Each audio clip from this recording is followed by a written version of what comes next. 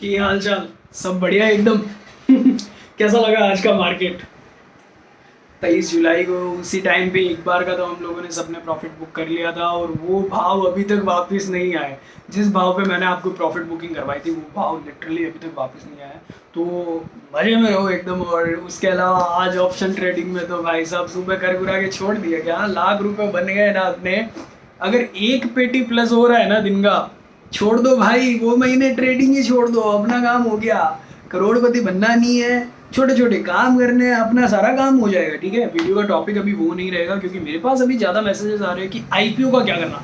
ठीक है, राइट। तो आईपीओ का अभी एनालिसिस कर रहे थे। देखो ऐसा है, जिस हिसाब से मार्केट है, मार्केट अगर 24,200 से नीचे क्लोजिंग ले रहा है, 24,075 से भी नीचे क्लोजिंग ले रहा है, तो ऑब्वियस सी बात है मार्केट और करेक्शन देगा।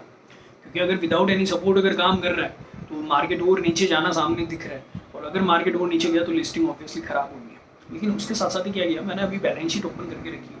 ठीक है, आपके सामने ही हम लोग स्टडी कर लेते हैं। सबसे पहले सीगल वाली देखते हैं। वैसे कल एकम ड्रग्स का जो आईपीओ लिस्टिंग होगा उससे एक बार का तो पता चल जाएगा, क्योंकि एकम ड्रग्स का जो जीएमपी चल रहा था वो अराउंड 30% के आसपास चल रहा था और अभी 5-7% के आसपास ही क्लोजिंग में दे रहा है। कल किस हिसाब से लिस्ट होता है पता चल जाएगा। लेकिन रही बात कि इनको लगाना चाहिए कि नहीं लगाना चाहिए, पहले तो ये देखते हैं कि मैं आपको 3 बजे तक तो ग्रुप में भी डाल दूंगा, 3-3:30 बजे तक, जब तक कि अगर क्यूआईबी आएंगे। क्योंकि अपने को देखो इतना नहीं पता चलता, अगर क्यूआईबी आ रहे हैं तो अपने लगाएंगे वरना नहीं लगाएंगे, राइट। लेकिन फिर भी अगर बैलेंस शीट की बात करें तो अगर सिगल की बात करें तो इनका रेवेन्यू जो पहले रेवेन्यू इसमें मेरे को चित्तौड़गढ़ में दिखा रहा है जो 2022 में 1146 है, उसके बाद में 31 मार्च 2023 में जो 2087 है ये अपने करोड्स में हो गया। और उसके अलावा रेवेन्यू उसके बाद अगर 31 मार्च 2024 की बात करूँ तो यहाँ पे रेवेन्यू है 3066। ठीक है, लेकिन और प्रॉफिट आफ्टर टैक्स है वो भी इंक्रीजिंग, ग्रोथ वाइज इंक्रीजिंग हो रहा है। और ये लोग जिस वैल्यूएशन पे लेके आए हैं 20.67, 20.67, और ईपीएस भी इनका अच्छा खासा है। तो मेरे को ये कंपनी में जान लग रही है। देखो ये कंपनी में जान लग रही है। और रिटर्न ऑन इक्विटी भी इनका अच्छा है, समवेयर अराउंड 33.57% के आसपास है। तो प्राइस अर्निंग मेरे हिसाब से जस्टिफाइड है। जितना मैंने कैलकुलेट किया मेरे अकॉर्डिंग ये एकदम जस्टिफाइड है। और इसका जो मार्केट कैप है वो 6,985.41 करोड़ के आसपास है। पर्सनली मैं मेरा बताऊँ, मेरा ओपिनियन ये है कि मैं थोड़ा सा वॉच करूँगा, लेकिन मैं लगाऊंगा ज़रूर। सीगल वाला मैं नहीं छोड़ने वाला। मैं एज ए रिस्की ट्रेडर की बात कर रहा हूँ और as a long term investor की बात कर रहा हूँ।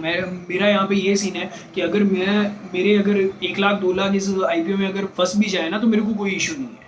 ठीक है, तो उस हिसाब से डालूंगा और लॉन्ग टर्म के हिसाब से डालूंगा। मेरे को इस कंपनी में जान लग रही है, पर्सनली मैं आपको ये बता रहा हूँ। ठीक है, बैलेंस शीट के अकॉर्डिंग मेरे को इस कंपनी में जान लग रही है। हाँ, मैंने कई वीडियोस देखे या जिनके लोगों की ओपिनियन देखी, वो सब लोग यही बता रहे कि भाई इसको अवॉइड करे, अगर जोखिम लेने वाले निवेशक है तो इसमें इन्वेस्ट करे वगैरह वगैरह। बट ऑनेस्टली मेरे को ऐसा नहीं लगता। मेरे को ऐसा लग रहा है कि मैं इसमें आराम से इन्वेस्ट करूँगा, क्योंकि ये जो मंदी भी आई है ना, ज़्यादा दिन नहीं टिकने वाली।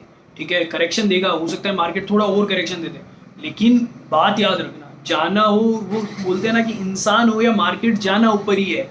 तो मेरा कॉन्सेप्ट वो एकदम सिंपल है। अगर पैसे ब्लॉक भी हो जाए ना तो मेरे को कोई इशू नहीं है, क्योंकि घर के पैसे लेके बैठा हूँ, किसी से मांग के यहाँ पे काम नहीं कर रहा। अगर मांग के काम कर रहे हो तो पहले ही मार्केट छोड़ के दौड़ जाओ, क्योंकि घर बिकवा देगा भाई, ये घर बिकवा देगा। खुद के पैसे तो आओ इसमें जोखिम लो और रिटर्न निकाल के जाओ, रिटर्न निकलेगा, आराम से निकलेगा पैसे। बशर्ते बात इतनी है पैसे घर के होने चाहिए।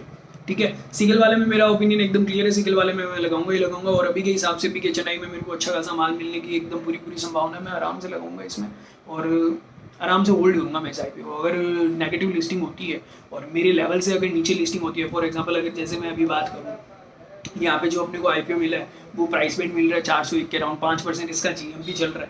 ठीक है, और अगर ये आईपीओ या ये शेयर मेरे को अगर 350 के आसपास अगर मिलता है, 350 से नीचे जाता है, तो मैं इसमें आराम से और इन्वेस्टमेंट लूँगा। पर्सनली मेरा ये है। ठीक है, इसके बाद हम लोग दूसरे आईपीओ की तरफ चलते हैं। दूसरा आईपीओ जो अभी आज क्लोज नहीं होगा, ये कल क्लोज होगा, ये हो गया ओला इलेक्ट्रिक। ठीक है, शॉर्ट टर्म में लॉस हो सकता है, लेकिन वो बोले ना सीगल की बात करें, शॉर्ट टर्म में लॉस दिखा सकता है, लेकिन लॉन्ग टर्म में मेरे को उसमें अच्छा खासा पोटेंशियल दिख रहा है उस स्टॉक में। और अच्छा खासा मैं पोटेंशियल में ऐसा लग रहा है कि हाँ अच्छा खासा रिटर्न देगा। तो मैं उसमें 100% मैं मेरा ओपिनियन बता रहा हूँ, मैं लगाऊंगा ही लगाऊंगा।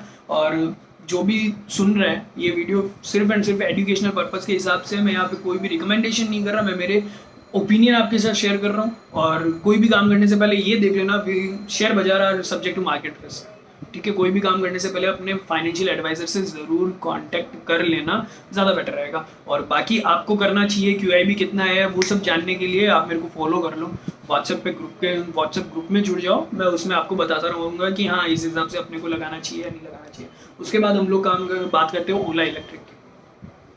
देखो पर्सनली मैं बोलूँ ना, जैसा आप सब लोग मेरे को जानते हो, मेरे को ओला शुरू से नहीं पसंद, पर पर्सनली ये चीज़ें मेरे को नहीं पसंद। मेरे को ईवी में जान ही नहीं लगती। रीज़न बिहाइंड द सीन, मेरे को जो पिकअप में मज़ा आता है ना, जो मेरे को वो पेट्रोल ही दे सकता है, वो ईवी कतई नहीं दे सकती।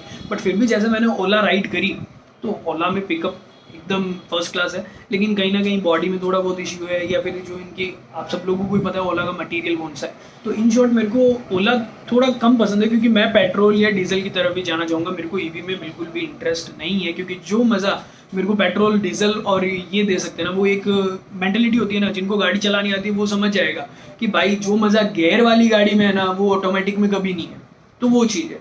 फिर भी अगर हम लोग ग्राउंड रियलिटी की बात करें, जिन्होंने ओला परचेज करी है वो ओला ही लेगा, क्योंकि कंपनी 5 साल की गारंटी का क्लेम कर रहा है। अभी सर्विस सेंटर कम है, लेकिन जैसे जैसे सर्विस सेंटर और इंक्रीज होगा, कैपेक्स इसमें और डालेंगे, तो उस हिसाब से इसमें आराम से मेरे को पोटेंशियल दिख रहा है। रही बात दूसरी, इसको अगर दूसरे नज़रिए से देखें, कंपनी घाटे के घर है, कंपनी घाटे का घर है। ओला अपना झोला भरने के लिए आया है और आप पे अपना लॉस का बोरा ढोलने आया है, ठीक है, एक्चुअल रियलिटी ये है। लेकिन अगर हम लोग एज ए इन्वेस्टर या उसकी एक बोलते हैं ना कि हाँ किसी ने पहले इसमें इन्वेस्ट किया है, तो उसकी मेंटेलिटी से बात करें ना, तो वो इससे निकलना चाहता है। पहले IPO का साइज़ बड़ा होने वाला था, लेकिन छोटा IPO साइज़ लेके आने वाला है, छोटा IPO का साइज़ लेके आए। तो इन शॉर्ट ऐसा लग रहा है कि फ्यूचर में प्रोमोटर को माल तो और बेचना रहेगा, और अगर प्रोमोटर को और माल बेचना है ना, तो ये IPO को फ्लॉप नहीं होने देंगे, ठीक है। और अब मेरा ओपिनियन जानना चाहोगे, तो अभी के हिसाब से मैं एकदम नेगेटिव हूँ, कल का कल देखेंगे। अभी के हिसाब से मैं इतना नेगेटिव हूँ कि मैं ओला को अवॉइड करूँगा। मैं ओला में पैसा ही नहीं डालूंगा।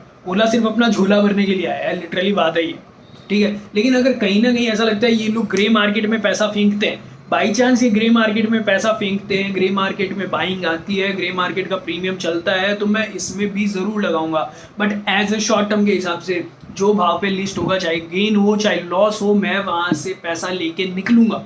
क्योंकि मेरा पैसा वो टाइप का नहीं है कि भाई बहुत मेहनत से कमाया है भैया, बहुत मेहनत से कमाया है, 1 रुपया भी घाटे का बर्दाश्त नहीं होता, तुरंत लेके निकलूंगा, क्योंकि मैं इसको ज़्यादा लंबे टाइम होल्ड नहीं करने वाला। और रही बात सीगल का मैंने आपको ऑलरेडी बता दिया है।